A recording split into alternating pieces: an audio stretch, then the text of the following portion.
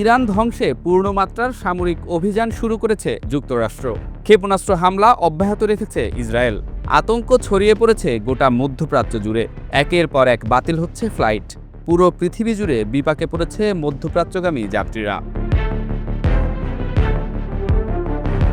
চলমান যুদ্ধ পরিস্থিতিতে তেহরান ছাড়তে উত্তরাঞ্চলের প্রদেশগুলোর দিকে আতঙ্কিত ইরানিদের ঢল নেমেছে। শহর থেকে বের হওয়ার প্রধান এক্সপ্রেসওয়েগুলোতে তীব্র যানজট, আর সেই ভিড় সামাল দিতে সরাসরি মাঠে নেমেছে সরকার।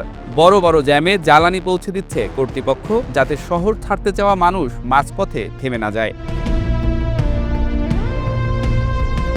ইসরায়েল ও যুক্তরাষ্ট্রের যৌথ হামলায় তেহরানসহ একাধিক শহরে বিস্ফোরণের খবর এসেছে।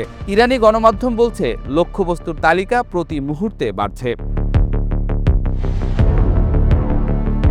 ইরানের সুপ্রিম ন্যাশনাল সিকিউরিটি কাউন্সিল রাজধানীর প্রায় 1 কোটি বাসিন্দাকে তেহরান ছাড়ার আহ্বান জানায়।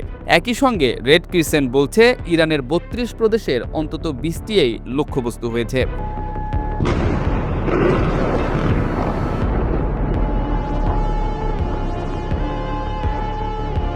ইরান পাল্টা জবাবে ক্ষেপণাস্ত্র ও ড্রোন হামলা শুরু করেছে।